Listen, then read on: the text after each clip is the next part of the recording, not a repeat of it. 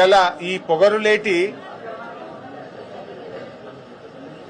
ఒక రాష్ట్ర మంత్రిగా కాకుండా రాఘవ కన్స్ట్రక్షన్ అధినేతగా మాట్లాడినట్టుగా ఆయన మాటలు ఉన్నాయి. ఎంతసేపు సంస్థను కాపాడుకోవాలి, కొడుకును కాపాడుకోవాలి, గొంతు జించుకోనో తిట్లదండం అందుకోనో పిట్టకథలు చెప్పో దాని నుంచి బయటపడాలనే ప్రయత్నం తాపత్రయపడ్డట్టుగా స్పష్టంగా కనబడ్డది. ఆయన ఎంత ఆయాసపడ్డాడో మనం చూశాం. చాలా ఆయాసపడ్డాడు. అంటే నేనొక్కనే అవినీతి పరుణ్ణి కాదు, నా సహచర మంత్రులందరూ కూడా అవినీతి పరులే అని పాపం వాళ్ళందరినీ కూడా తన కంటిన బురద వాళ్ళందరికీ అంటించే ప్రయత్నం చేశాడు. జూపల్లి కృష్ణారావు గారి కుంభకోణాన్ని ఆయనే బయటపెట్టాడు.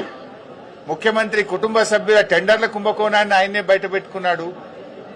బట్టి విక్రమార్క గారి ఆర్థిక శాఖలో బిల్లులు ఇయ్యడానికి పర్సంటేజీల కుంభకోణాన్ని ఆయనే గుర్తు చేశాడు. అంటే ఈ రాష్ట్రంలో జరుగుతున్న అవినీతి కుంభకోణాల చిట్టా చదివి అరే నన్ను ఒక్కనే కాదు నా చుట్టూ ఉండే మంత్రుల కుంభకోణాలను కూడా రాష్ట్ర ప్రజలకు చెప్పే ప్రయత్నం చేసినాడు.